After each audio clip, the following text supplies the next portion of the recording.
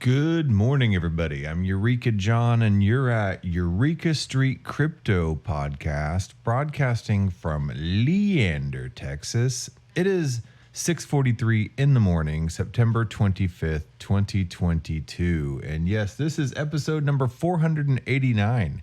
I'm not really sure what it says on the Spotify or the audio podcast version. It's something like 100 and something, 160 something maybe. 163? I don't know. I started doing the audio version long after I started doing the YouTube and video version way back when I started out doing this show, October 24th, 2020. So it's been going on almost two full years now. So it's moving on up. Yep. And this is my morning show. I used to do it every single day. And the purpose of doing that is kind of my message in a bottle out to the rest of the other people in the world interested in crypto and Web3. This is documenting my journey as I figure out all this technology and just try to learn about it and show how I fumble through it, and to show how I don't know jack squat about this technology, and this is my process of figuring it out and learning it, and I'm doing it publicly so other people can see that not a lot of other people really know that much about it either. This is all new technology, folks, and we're trying to figure it out as we go along, and a lot of projects and tokens and technology is trying to work with regulators, and there's no clear regulation on this stuff. And even though some people try to say, oh, you're breaking the law, there's no clear regulation going on with this stuff. There's a lot of scams in this space, and there's a lot of problems with the crypto space, but that's why I love it. There's so much drama and so much stuff to talk about every day, and so many new things to learn and new developments that are happening every single day in the crypto and Web3 space, that it's addictive. I don't broadcast live, or I don't broadcast every single day anymore. Because of reaching out through this show, I've met tons of people. I've joined different collaboratives and DAOs, and so I have a lot of other work to do now in the space. So I just don't have time to log on every single morning. But I try to log on now as much as possible. And this is my brain dump, is another thing that I say, to just dump out every single thing that I've accumulated. Not even every single thing, just lots of different things that I accumulate by day. And then this is my playground. This is my sandbox to be able to experiment with stuff, both audio and visual stuff as well. I'm using OBS broadcasting service to interview people. I use Restream, and I'll switch around different types of programs to use and experiment with different options. That's why on some episodes it's just the sound is like terrible, or the video is terrible, or whatever. It's just I'm trying something new. All right, anyway, let's go over here to the old CoinGecko. I just got back from Los Angeles, and I went to the Ona Conference, and that's the Online News Association conference, and I was invited to go there with the JournoDAO, and I'll talk about them here in a second. I haven't been starting with price lately because I just honestly don't care about price. This is one of on the panel that I was at, and we were teaching Web3 journalists about Web3. On the panel I was at, I was telling them, I was like, we don't care about price right now. I don't care about comparing this to the dollar. And I care about where this technology is going and how people can use it to combat things like censorship. So there's a lot of different things that this technology can do besides just speculating on when Lambo, when moon. Yeah, and you'll hear people, if you're not in the crypto space and you see when moon, WEN moon, like when your stock is rocketing, skyrocketing to the moon. That's what that means. When moon, when Lambo, when are you gonna be able to buy your Lamborghini? You see these in so many crypto pump groups. Like if you're on Telegram or if you're on Twitter, now I see it spreading into Instagram and I see this stuff on Facebook. So everybody now is being exposed to all the pump and dump schemes and all the pumpers and everything like that. And that's what you see the majority of in the crypto space are these people just trying to speculate and pump, and Elon Musk and the Dogecoin and the Shiba Inu coin, and it gives it a bad name, and right now that's really what you see. And it sucks because there is just a lot of amazing things going on in the crypto space underneath the hood that is going to change the way we do things forever, especially with the amount of data that is being accumulated now and being put out there and gathered from all the IoT devices and everything like that in the world. And crypto has a large part in that, in the collection and the processing of that data. So anyway, let's take a quick look at CoinGecko here. CoinGecko is the crypto token, I guess, price list. I don't know. If you ever collected baseball cards and you had the Beckett price guide, and you could look up the number of your baseball card and figure out where it's at. I used to have those when I was in middle school because I collected baseball cards. Well, this is kind of like that list, I guess. CoinGecko is one of the top ones. CoinMarketCap.com, that's the top one. I use CoinGecko, maybe because I like the little icon, the little gecko icon. Anyway, so let's scroll down here. Bitcoin's at $19,092.38. Ethereum's at $1,328. $1,328. So I mean, everything's down from what we thought it was going to be at this time. I don't know. I'm not even going to try to speculate on price stuff. I'm just kind of going here to show you this list, show you where you can look up the prices. XRP is actually up 30%. A lot of people speculating on that, and pending SEC decision, whether security, commodity type of things, which we'll get into here in a second. So this is basically just where you can find it. But anyway, yeah, this is the list. So I went to Los Angeles to speak on a panel to journalists and to try to help educate them on Web3. And I did not really...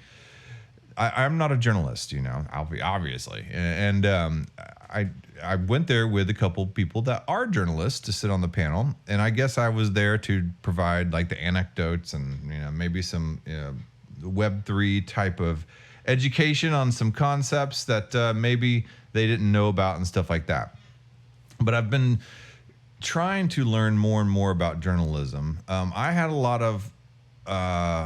I guess assumptions about journalism that aren't true. I assumed, I'm sure you see the Project Mockingbird meme that shows all the newscasters and then them all reading from the same script, and it zooms out. It starts with 1, then it goes to 2, then it goes to 4, then it goes to like 8, and then 16, and then 32, and then it just shows like 100 and something journalists all parroting the exact same thing on the screen at the same time. And, that's what I assumed it was. Journalists in the morning get the orders from the top down, and that's it. And that's all that shapes the news, and mainstream media just being told what to say. There's an element of that, but I learned that is not necessarily true.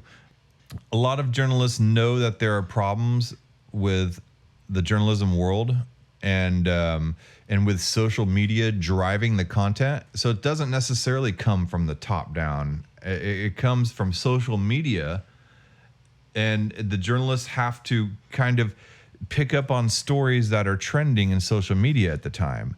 And from that, a lot of the news evolves. And it's weird because that's like the tail wagging the dog.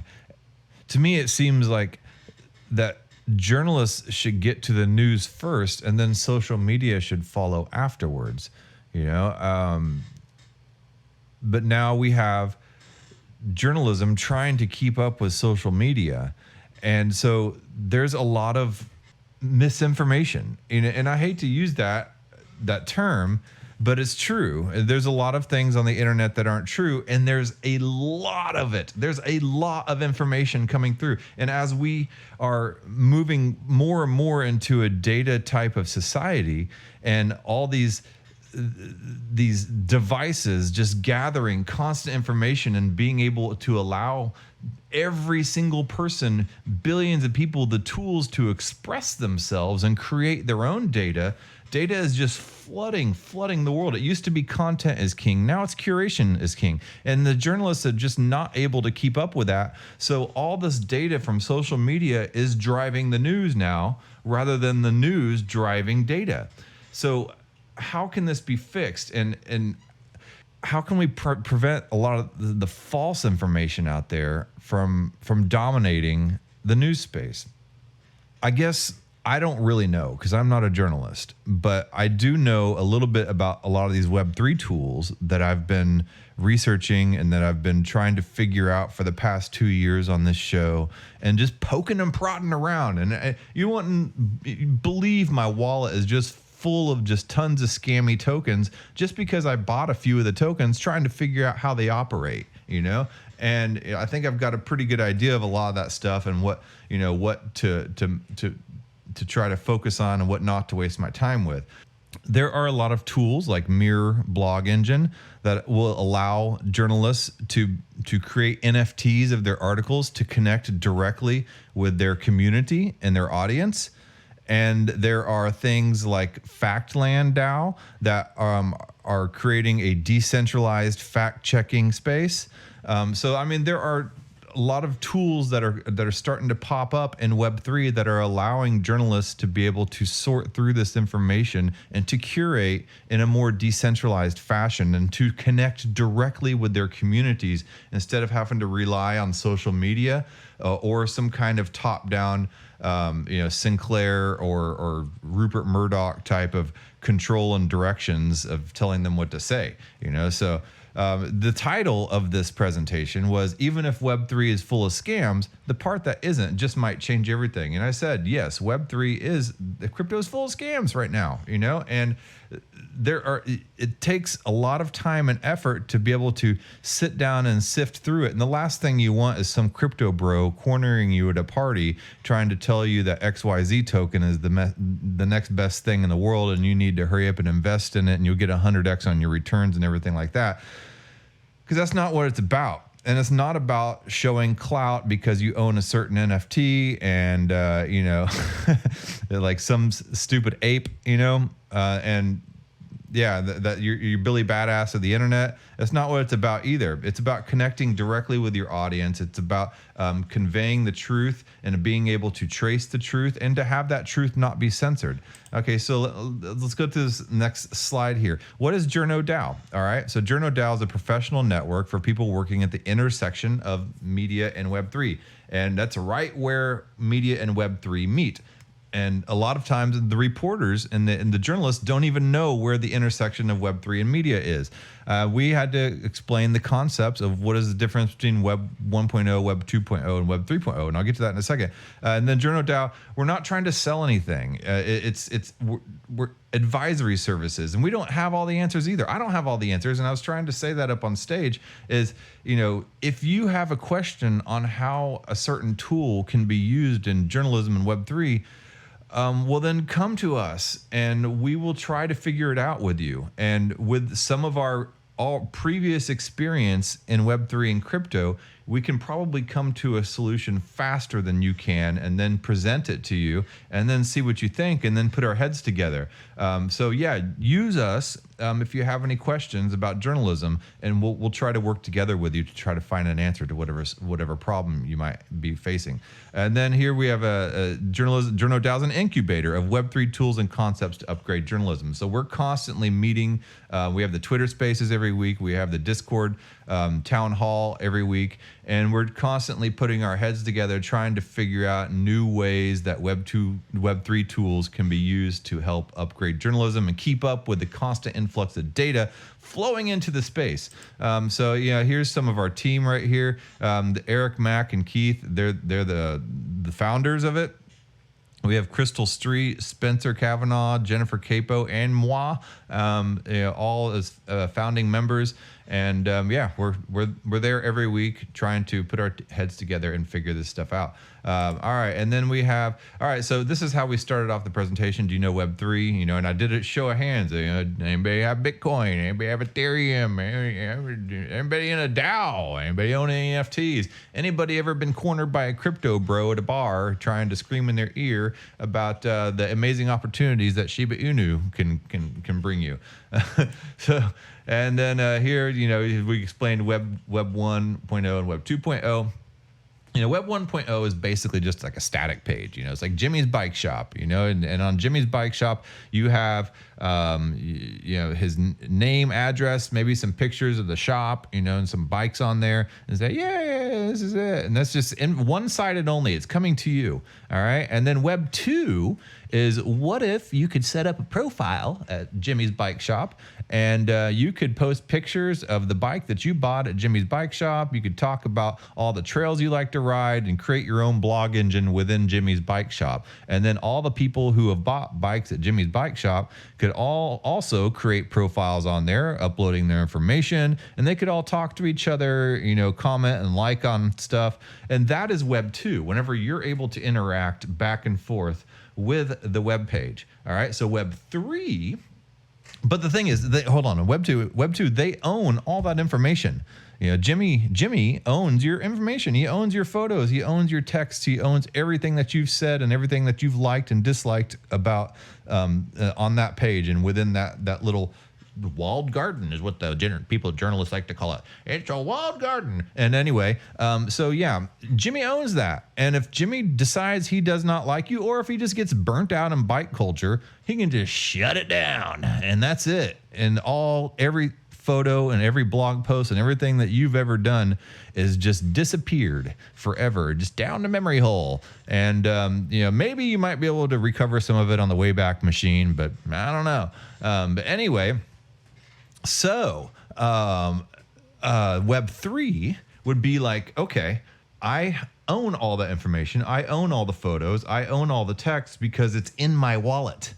And whenever I plug in and go to Jimmy's Bike Shop.xyz or .org or .com, I just plug it in with my wallet, and all my pictures and all my text and everything is suddenly connected to it. Jimmy doesn't own my data. And so what if Jimmy becomes a total douche hole, and then I can say, well, you know, I like Luke's bike shop better. You know, Luke's got something going on, or Jenny's bike shop. I'm going to go over, let's go to Jenny's bike shop. You know, she's got a cool little bike park over there. So I will go take my wallet and my information, and I'll go plug into Jimmy's bike shop. And not Jimmy's, into Jenny's bike shop, not Jimmy, Jenny. And so we'll plug into Jenny's bike shop, and then suddenly everything all that I've been doing over there at Luke's and at Jimmy's bike shop is now in Jenny's bike shop. And so then I suddenly get to plug in with Jenny's community. They get to see all my photos and texts and images that I got to do over at Jimmy's bike shop. So they already know that I have experience in bike shoppery. So, but the thing is now suddenly the control and the power and, you know, all that stuff is in my hands, and I'm in control of my own identity and my own information. You know, and they have to tailor that website around me, you know, around my experience, rather than them owning my data and capitalizing off my data, you know. And here's another analogy too. Say back in Jimmy's bike shop, Jimmy says, well, you know, if you have a broken bike, I will come over to your house and repair it. And you're like, oh man, that's really nice of you. Okay, cool. And so he comes over and he repairs your bike. And then after he's done with the bike repair, Jimmy's like, and this is why you decided you didn't like him anymore. Jimmy's like, well, you know, the bike repair is free. And you're like, well, no, it doesn't have to be free. Like, I'll pay you, you know? He's like, no. I while I was here, I went around and I took photos of everything in your house, you know? And I know what the things that you like and the things that you don't like. And I know a lot about you. And so I'm going to sell that, and I will make 20 times more off of all that information than what you would have paid me for fixing your bike. And you're like, hey, wait a second. And so that is what those companies do when they provide you a free product in the free service, because if the service is free, then you're the product. And so, yeah, and that's why you decide, you know, in Facebook's case, yes, you can technically download your data and all that stuff, but it's like pulling teeth trying to get your data eventually. And then, you know, once you have it, you would have to create a whole new profile and generate an entirely new following at you know, a new site, you know. So let's go back over here to Jenny's bike shop. You know, she has tailored a really cool site that works with catering to try to provide a really good user experience for you. You plug in your data, you've brought over your friends, you've brought over your photos, you've brought over your blog posts. They see everything you did at Jimmy's bike shop, and suddenly it's like a Web3 ID. You know, you've brought your reputation with you. And so that's a really cool thing. And so those are just that's the difference between Web 1, Web 2, and Web 3. And I'm sorry I rambled on that so much. I just, you know, a lot of people just are not understanding what Web3 is and what data ownership is and how you can take it with you. And so that's one thing we really want to hammer home for journalists is how you can take your data with you and how you can create publications that allow people to come in and out, and then you can create a good user experience for them. All right, anyway. Okay, so Web3, it adds an ownership layer. So that's exactly what I was talking about. It adds the ownership layer. You own your data to the existing, and so it's an ownership layer that is to the existing internet that is necessarily decentralized, transparent, and immutable, enabling new capabilities we're just beginning to experiment with. And another thing, too, that I want to touch on about Web 2 is a lot of people like now to paint the Web 2 as these big, bad, evil, you know, corporations, and they are, you know, but you know, it's like, you know, the LinkedIns, the Instagram, the Facebooks, the YouTubes, TikToks, and Twitters. They didn't start out that way, you know, because if you go back to Web 1, you had to know HTML to create a web page. You had to know FTP protocols, file transfer protocols. And a lot of times know how to spin up a web server, an email server. You had to know a lot of technical stuff in order to be able to publish your own data. Web 2 made it easier. It democratized the internet and brought down the technical barrier a lot low, so a lot more people could get involved.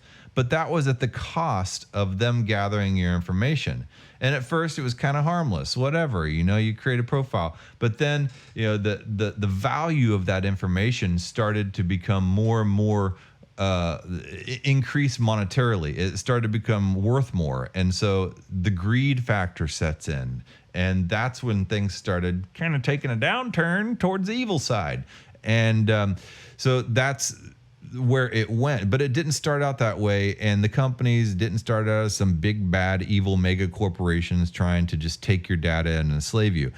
So it started off as a democracy thing. So it's like a pendulum, you know, high technical barriers allow for democracy. On the other side, it swings over. Now we have to get back over to Web3 to flatten it again, and the centralization that happened, and make it decentralized again, because Web 1 was very decentralized. Then Web 2, it democratized, but it centralized. Now we have to swing back over to decentralize, you know, itself, but the technical barrier has returned in Web 3. A lot of people don't understand the concepts and the technicality that it takes, and the user experience of Web 3 is terrible right now.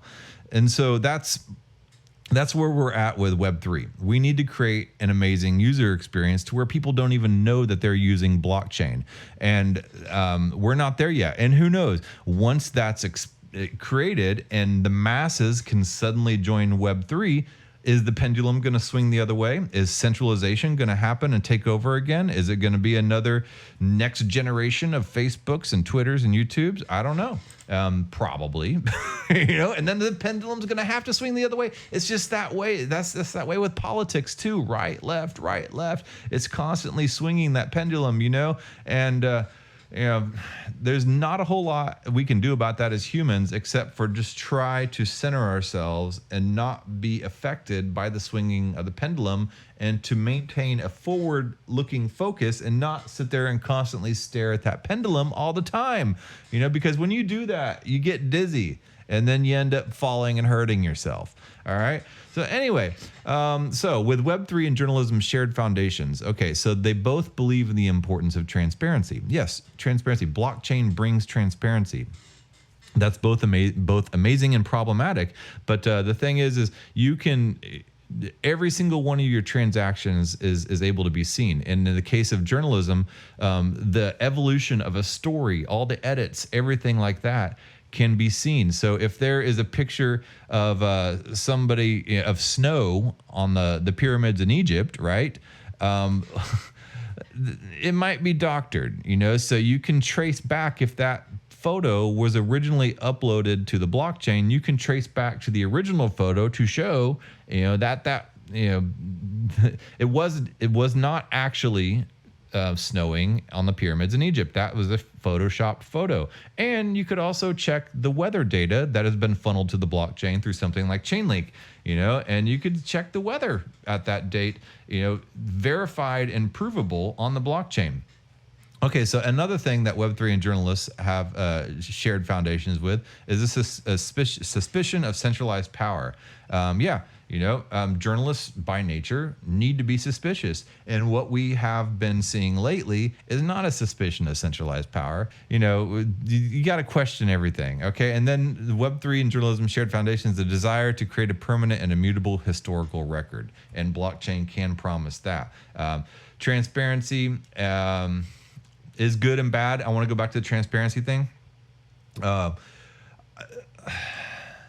Now, coming from me personally, I like the privacy aspect of it. And it's not even really privacy. I was listening to a podcast on the Defiant where they were interviewing Zuko of Zcash, and he says he doesn't like to use the word privacy, but he likes to use the word consent.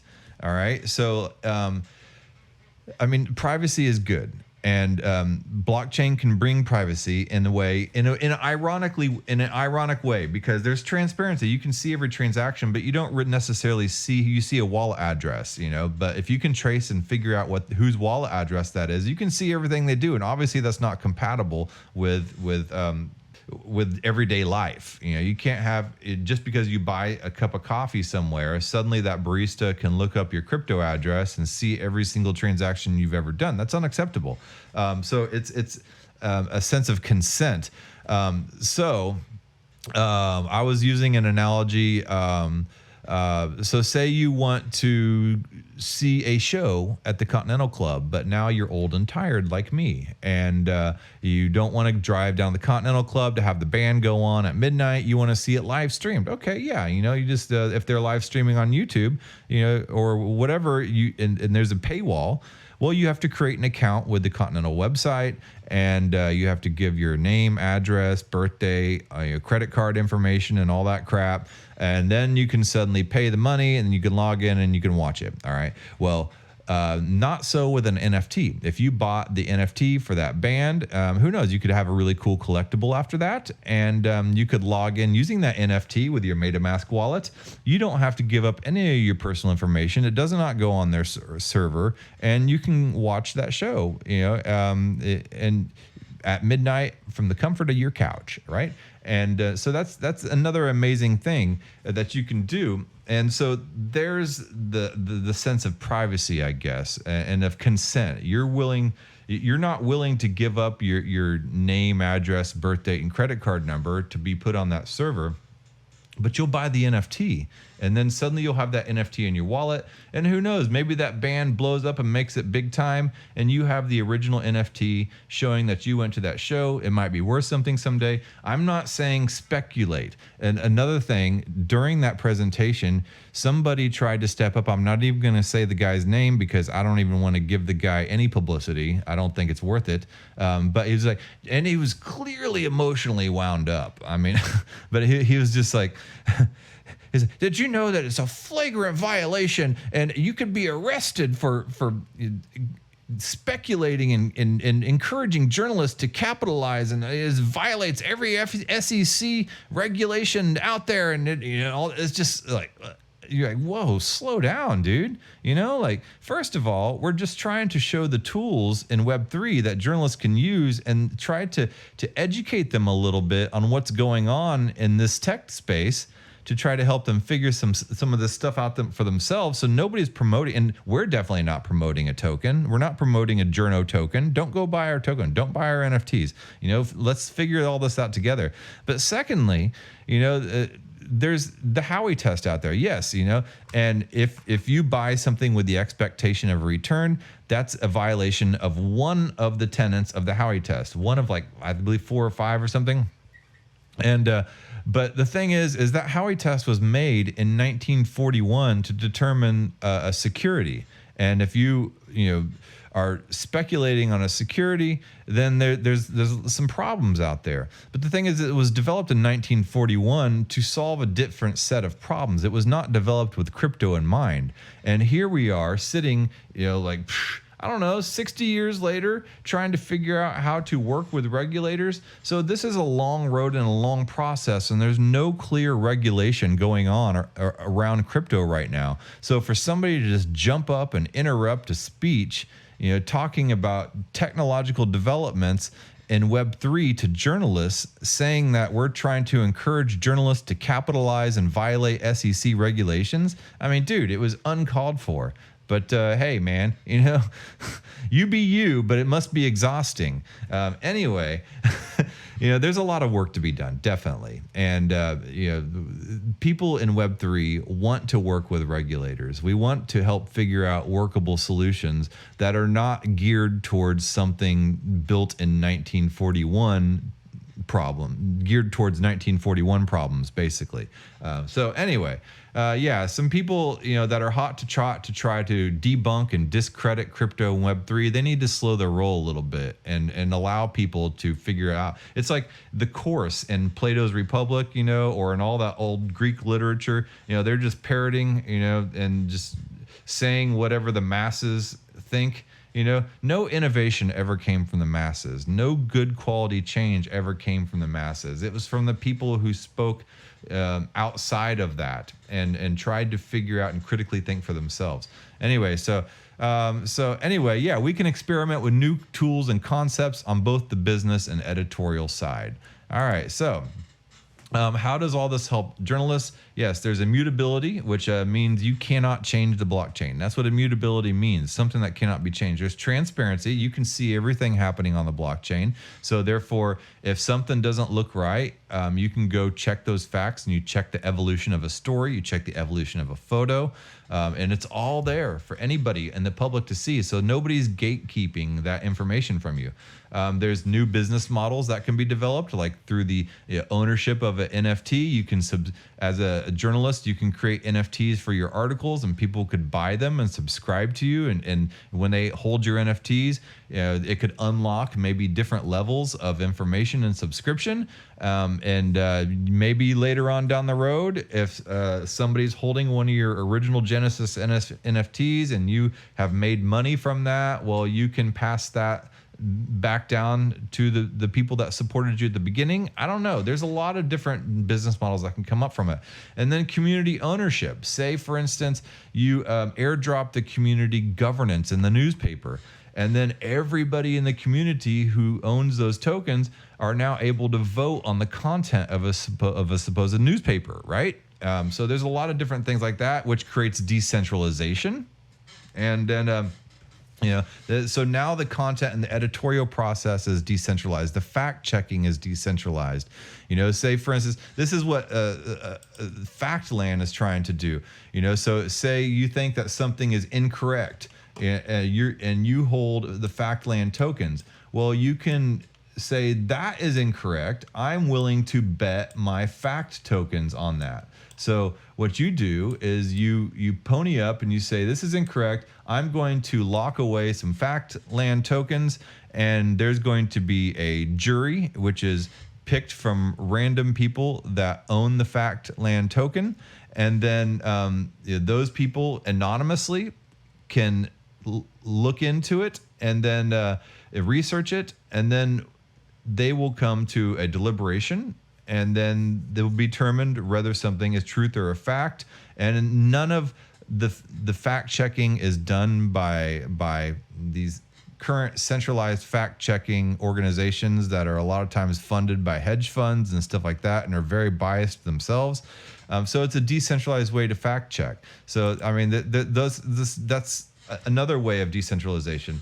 And then back to the security thing, like in trustless communications, like with the NFT that I said, that you don't have to give your personal information in order to subscribe to something. You don't have to give up your name, address, credit card number to go sit on a dirty server somewhere.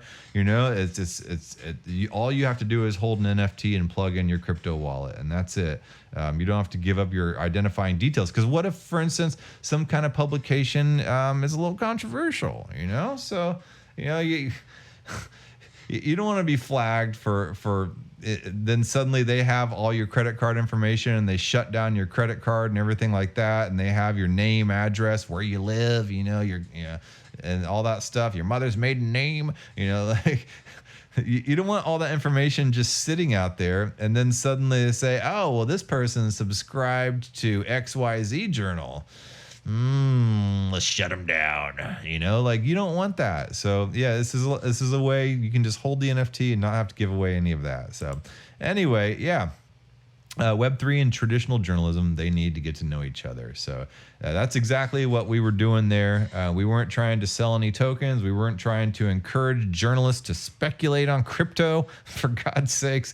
No, man. Just figure it out, and come to us and talk to us. And, maybe we can try to help guide you through the process, show you some tools like Mirror XYZ, like factland.org, and some other tools to try to help you dip your toes in to find alternate ways to deal with this mass amount of information that's coming to you from social media.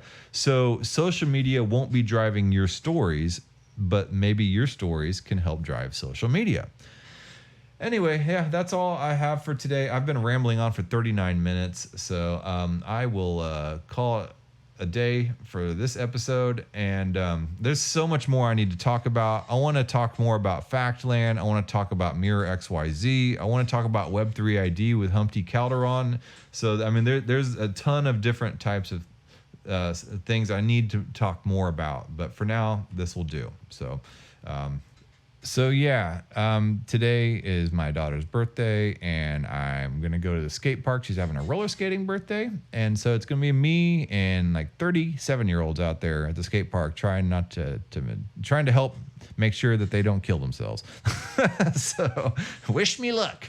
All right, well, I will talk to you all when I talk to you. So bye.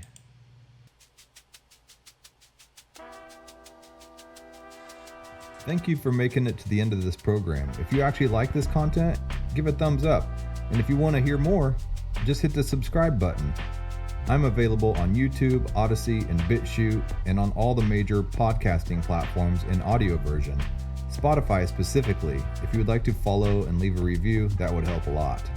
I am also available on Twitter at EurekaJohn1. That's EUREKA John, JOHN, and the number 1. My DMs are always open. Feel free to shoot me a message. Thanks again.